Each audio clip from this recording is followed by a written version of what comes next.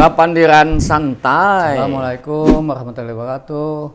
Alhamdulillah hari ini kita podcast lagi bersama dengan Pak Muslim. Nah, lo blessing Kepala Dinas Kominfo Kalsel lah. Siap, nah, dalam acara Pamandiran santai, Pak. Ya. Pamandiran santai, Pak. Ya. Jadi kadusah kita. Walaupun bajunya kan tapi santai Bang Nela. Santai juga pian tuh, Pak. Santuy ini. Tapi hari ini sampian nih kelihatannya lebih apalah? Lebih kayak pegunungan Meratus tuh kayak indahnya. Hah?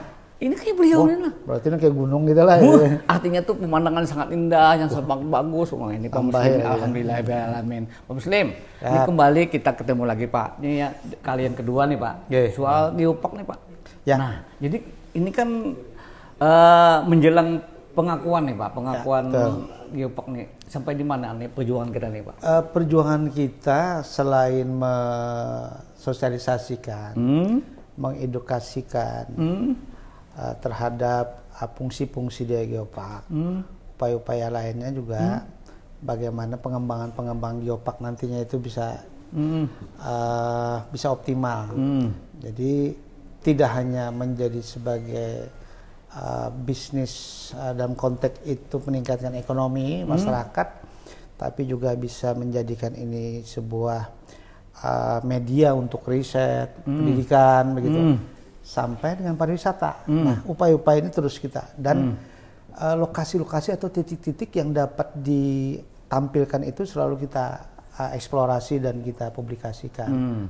Tentu melalui berbagai media yang kita punya, baik media luar ruang, media ruang kita kan baik berupa baliho, spanduk-spanduk maupun videotron lah.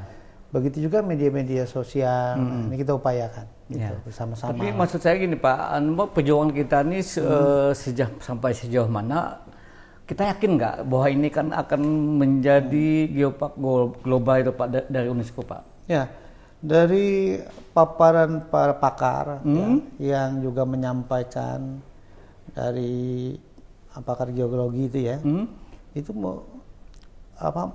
memberikan keyakinan dan kita juga yakin. Kenapa? Karena satu hamparan Meratus kita ini selain tua, ternyata masih banyak yang belum kita eksplorasi. Oh iya. Dan ini patut dan sangat layak untuk tercatat sebagai sebuah geopark internasional dunia itu. Jadi kami yakin bahwa insya Allah nanti akan tercatat lah sebagai salah satu situs geopark dunia itu ya. Ya mudah-mudahan nanti di pertengahan tahun ya 2024 itu nanti akan hasil. Tapi dari kemarin sekarang dan menjelang itu kami di Diskominfo itu bersama kawan-kawan ya selalu meningkatkan edukasi publikasi terhadap apa yang terkandung di dalam geopark Meratus itu. Oh gitu Pak ya. Baik budayanya ada di situ lah, kemudian keindahan alamnya, kemudian flora faunanya di situ. Lengkap sampai di sana. Ya. Pak, tadinya kan geopark Meratus ini kan Kalsel Pak. Ya. Tetapi sekarang kok lebih diutamakan tuh ke 6 wilayah ini aja, maksudnya seperti apa nih Pak? 6 wilayah apa maksudnya lah? Kan ini kan ada Banjarmasin, ada Banjarbaru, ada Kabupaten Banjar, ada Tapin, ada Batuola. Kan sebenarnya dulu tuh kan Kalsel nih Pak. Tetapi ini diperkecil menjadi 4 pintu. Apa 4 pintu ya Pak ya? Ini ada beberapa sekarang yang kita informasikan yang prioritasnya begitu ya. Prioritasnya itu Pak. Ya. Ya itu kan bertahap. Oh, jadi yang mana lagi kita angkat ya, yang kita upayakan. Tapi sebenarnya kan bisa semuanya. Hanya fokusnya ini supaya paling tidak mengenal lagi yang ini gitu kan. Nah. Itu anunya kita. Karena upaya-upaya itu tadi untuk paling tidak fokus melihat keindahan di daerah ini seperti apa. Kayak di Banjarmasin itu sepanjang Sungai Baritonya itu kan dapat diangkat destinasi pariwisatanya nanti, kebudayaannya di situ. Ya mungkin pasar terapungnya di situ Pak. Di sana. Mungkin di situ ada budayanya Jukung itu kan Pak. Ya, ada di Lok Baintan itu kan. Di Pulau Sewangi dan macam-macam itu Pak. Oh iya. Terus bahkan banyak lagi di daerah diantaranya misalnya di daerah Batola itu di daerah yang terisolasi itu, tapi sudah mulai kita buka. Kayak misalnya di Kuala Lupak. Jadi Kuala Lupak itu memang akses jalannya masih terbatas, memang masih banyak lah, dan kemudian akses jaringannya juga terbatas. Tapi arah gubernur kita, Muhammad Birit, yang datang itu ke daerah-daerah sebenarnya di hamparan Meratusnya itu, ya kemana-mana itu dengan tur presiden itu malah di daerah terluar seperti itu, yang tidak terjangkau, Sidin tahu, maka Sidin langsung meminta kepada kami, ya semua jajaran terkait. Kalau di Kominfo kan tentu meningkatkan agar infrastruktur jaringannya dapat. Nah, sudah kita pasang di sana. Oh gitu. Jerman nih, nah kayak panak panderan, kayak hendak keluar. Kalau ini aja di zaman digital, nah kemarin kita pasang. Ya walaupun akses jalan masih ngalih itu. Iya. Kami ke sana itu kan sampai di kecamatan Bakapal, naik situ sepeda motor dulu. Ya tapi sudah dibangunkan Sidin kemarin itu. Iya. Pak, tapi ulangi lagi Pak, mungkin pemirsa kan perlu tahu tadi ada 4 pintu tadi Pak, mungkin Bapak bisa mengulang lagi Pak. Alur maksudnya. Alur itu ya Pak? Jadi alur utara, alur barat. Kan memang daerah mana itu? Daerah Banjar itu, Banjarmasin kan? Banjarmasin. Nah. Kemudian di alur daerah selatan. Ya. Kemudian ke arah ke utara, ke arah barat itu. Itu hanya bukan hanya, tapi pintu-pintu yang dapat mengakses ke wilayah-wilayah yang masuk hamparan tadi. Tapi kan di antara 4 pintu itu kan ada unggulan-unggulan loh pada situ Pak. Mungkin sampean bisa menjelaskan unggulan-unggulan yang mungkin bisa kita tawarkan untuk memperkuat geopark nih mungkin. Yang kayak di barat itu kan bisa kita mulai dari Batola dan Banjarmasin kan. Mungkin ya. Nah, itu kan ada Pulau Curiak di situ. Ada pulau apa itu namanya? Ada Pulau Kaget. Itu kan ada Bekantannya itu. Juga. Dan itu kan sangat apa istilahnya? Natural. Ya, alam alamiah betul di sana. Kemudian ada di daerah Lok Baintannya itu yang Pasar Terapung. Pasar Terapung kan tidak hanya keunikan pariwisatanya itu, tapi budayanya, kulinernya, UKM-nya. Ya. Masuk ke arah mana? Ke arah baratnya juga. Itu diantaranya daerah sini ya. Banjarbaru ini kita mengenal pertambangan intannya itu sampai sekarang. Pumpung. Nah itu. Nah kami mau meningkatkan publikasinya di sana kita pasang baliho. Oh juga. Sudah dipasang baliho. Jadi baru selesai kemarin. Beberapa bulan yang lalu sudah selesai. Jadi itu bisa meningkatkan informasi terhadap masyarakat terkait dengan destinasi yang berkait sekali pariwisata, sekali juga itu adalah pendulangan. Jadi pendulangan tradisional kan. Jadi di situ mungkin akan dibangun semacam miniatur ya Pak. Kayak gitu ya Pak. Ada gedungnya di sana, ada kantornya di sana, ada pusat informasinya juga. Di sana memang kami ditugaskan untuk memberikan dukungan terhadap display yang bisa dilihat oleh masyarakat kalau masuk ke dalam ruangan gedung geofaknya, manajemennya lah di situ ya. Itu jadi nanti display kita siapkan dari monitor segala macam, kemudian di sana juga akan bisa semacam pusat datanya di situ gitu ya. Iya, di sana. Luar biasa. Nah, belum lagi tempat-tempat yang lain. Apalagi kita kalau naik sampai ke Loksadonya, Langara segala macam. Terus ada situ katanya ada batu sikis hijau yang tuanya sampai 180 juta tahun. Betul. Luar biasa nih Pak. Nah inilah yang coba kita dan bahkan di beberapa tempat itu bisa didorong menjadi beberapa desa pariwisata kan gitu. Nah, lalu Pak lagi upaya lain Pak untuk mengenalkan geopark ini katanya nanti ada lomba-lomba kah gimana Pak? Nah, itu juga. Jadi kita itu kan tidak hanya menginformasikan tapi juga mengajak. Mengajak masyarakat. Satu dalam bentuk misalnya bagaimana pengembangan kawasan ini ya. Kawasan geopark sebagai edukasi riset, kemudian pariwisata, kemudian menjadi tempat budaya juga yang berada di kaki sekitar pegunungan Maratusnya itu juga. Antara lain kita mengundang para pakar-pakar lah untuk nanti FGD. Oh, FGD. Itu kapan itu kemungkinan Pak? Selalu nanti di awal-awal. Kita akan kebut terus nih. Iya. Diskominfo kebetulan nanti menyiapkan anggarannya itu di awal. Di awal itu nanti akan ada, jadi para ahli itu nanti berdiskusi seperti apa. Sehingga sebagai bahan masukan pemerintah. Kemudian juga ada lomba membuat video sinema sinematografiknya kan untuk geopark gitu loh. Nah itu tentu akan menambah semakin banyak yang mengeksplor bagian-bagian itu tadi dilombakan. Nah, tentu para pakarnya. Kami nanti minta dukungan antara untuk karena pakar penyiarannya. Tidak hanya pakar penyiaran, mempunyai ahli-ahli yang kompeten untuk bisa menilai yang terbaik. Oh iya. Karena kan tidak asal-asalan loh. Kan kita tidak mau asal-asalan. Mereka para ahli jadi menilai, mana ini secara sinematografik ini dapat mengangkat. Nah, karena di situ tidak hanya keindahannya kan, tidak hanya, tapi dari sisi bagaimana audio videonya mengangkat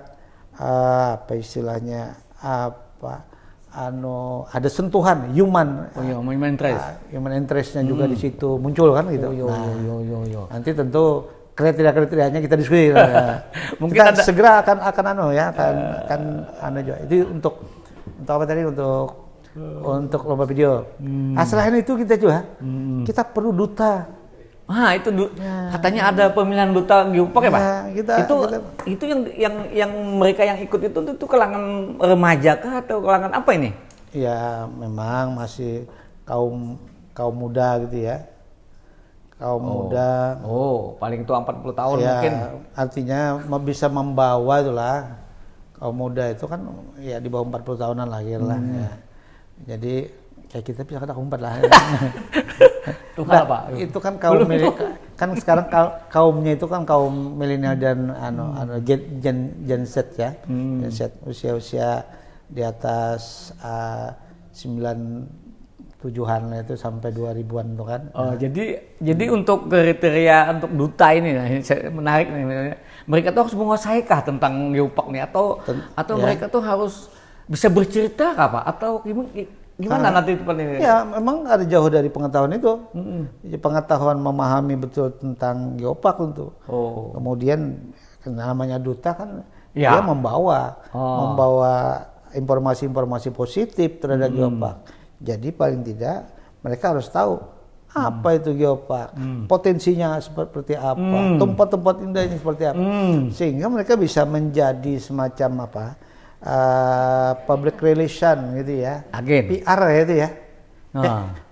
Lain PR apa lah, kalau PR biasanya sekolahan dari public relation lah. Ya, public relation benar-benar. Ya, jadi mereka bisa menyampaikan. Nah, dalam konteks ini kan kita punya media-media sosial, media dan ini kita berharap juga mereka bisa jadi influencernya. Nah ini misalnya ini tempat yang bagus ini di mana nih?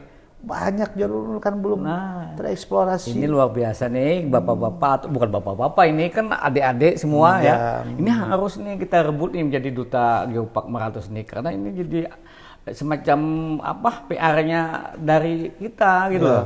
Kita berharap adik-adik ayolah sekarang siapkan diri untuk menjadi duta ini karena ini pasti bergengsi Pak ya. Pasti menjadi mungkin kayak semacam duta wisata lah mungkin itu Pak. Iya, nantinya kan ada kunjungan datangan dari dari UNESCO. UNESCO itu? Ya mancanegara. Termasuk yang akan memberikan nilai ya, asesmen terhadap kelayakan. Tentu duta ini juga setidak-tidaknya dapat memberikan guidance untuk itu juga. Jadi duta ini kalau minimalnya harus bisa bahasa Inggris kalau gitu ya? kemungkinan ya. Iya. Nah, luar paling biasa. tidak. Pak, ini seandainya nih Pak, seandainya kita kan Tapi memang anak muda kita itu sudah bahasa Inggrisnya kan? sudah pintar-pintar. Jangan diragukan lagi. Betul.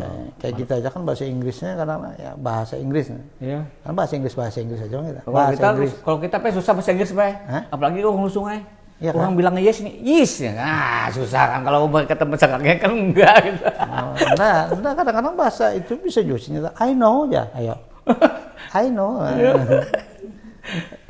Pak, ini kan kita sudah yakin nih kan penilaian ini kemungkinan ya kita akan diakui sebagai geopark global kan Pak. Seandainya nih Pak, seandainya ini benar-benar disetujui nih Pak, kesiapan kita tuh seperti apa? Ini kita dari kemarin sudah siap nih. Wih, yakin udah Pak? Iya, arti kesiapan itu kita kan tidak merekayasa.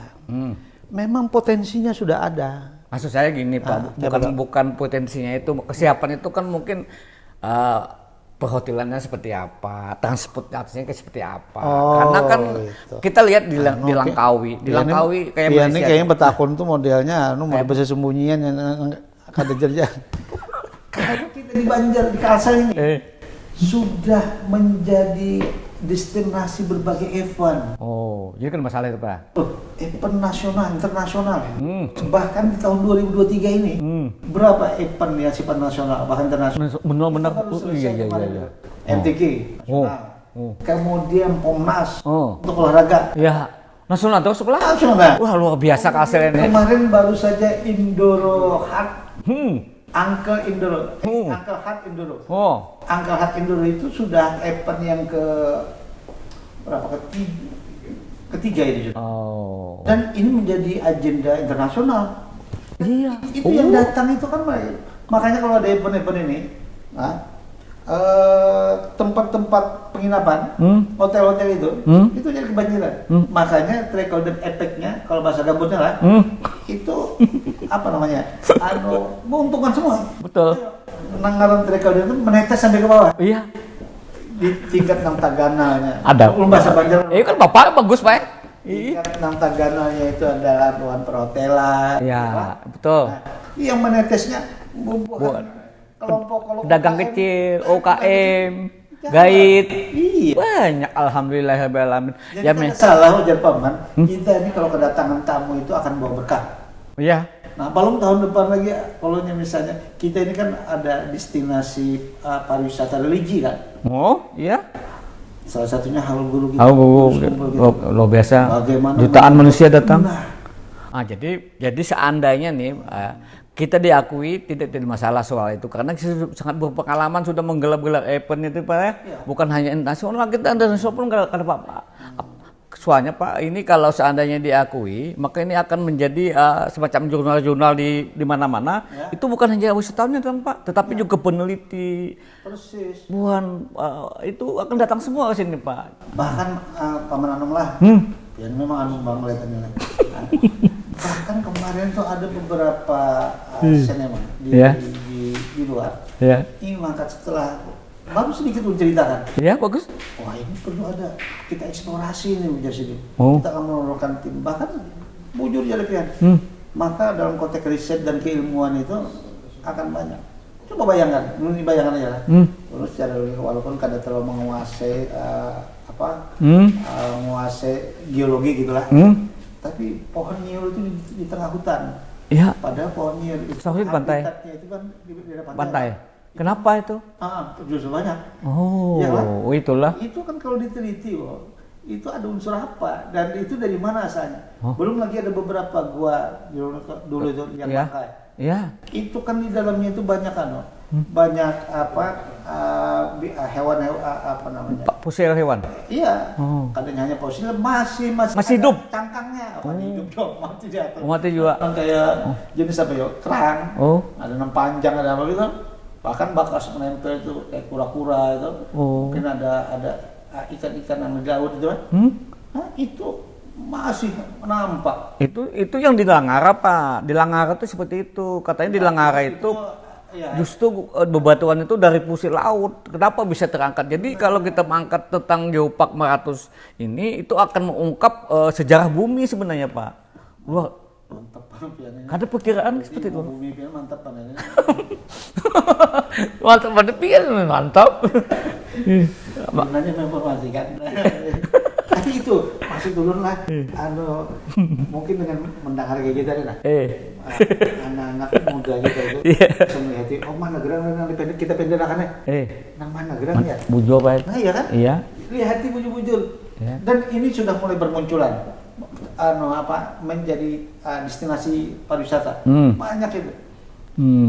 Kumpulan terus. Memang kita punya map untuk itu. Kita punya aplikasi itu kan. Kalimantan Selatan. Jadi bisa dilihat di situ. Bertumbuh itu. Di sekitar 500 yang di daerah Gunung Pematon itu sudah banyak. Belum lagi tempat lain. Di daerah ke arah utara di sana ke Hulu Sungai situ. Banyak lagi. Nah itu luar biasa ini gitu. Ini kan masih panjang nih cerita Geopark 500 nih. Cuma karena waktunya memang terbatas 20 menit, ya mungkin untuk sementara ini Pak. Tapi kita ke depannya kita berharap kita bahas lagi Pak. Apalagi kan ini hanya 4 pintu Pak. Mungkin nanti bisa 10 pintu, 10 jalur. Masih banyak lagi nih. 4 pintu masuk itu rute aja. Iya rute Pak ya. Iya, itu kan hanya mengelompokkan 4 arah mata angin aja. Iya. Kalau pintu masuk kan seluruhnya bisa. Kalau dari luar itu ya dari perbatasan Kalteng ke Kalsel, dari perbatasan Kalteng ke Kalsel kan. Kalau itu kan. Kemudian arah Sulawesi menuju kita, kalau arahnya itu. Ada ini kan hanya jalur yang bisa, kalau misalnya jalur itu dapat ditempuh ditelusur dari arah utara, dari arah barat, gitulah timur. Tapi kan pasti ada keunggulan-keunggulan juga masuk kita Pak. Nah ini kan masih ada lagi nanti ke Balangan belum lagi kan. Hulu Sungai Selatan, Balong, Sungai Tengah, Balong masih panjang cerita tentang Geopark 500 nih. Kita sambungin yang berikutnya pelah di acara ini bersama ini. Dan harapannya lagi mudah-mudahan ini benar-benar terwujud sehingga Kalsel itu benar-benar terkenal dengan Geopark 500-nya, sehingga Kalsel itu bukan hanya nanti tempat wisata, tapi yang paling utama bagaimana mengembangkan pariwisata yang ujung-ujungnya mudah-mudahan membuat sejahtera masyarakat Pak itu Pak. Nah itu Paknya Paman Anom dan juga Pak Muslim dalam Pukas Paman Niran Santai. Makasih dah.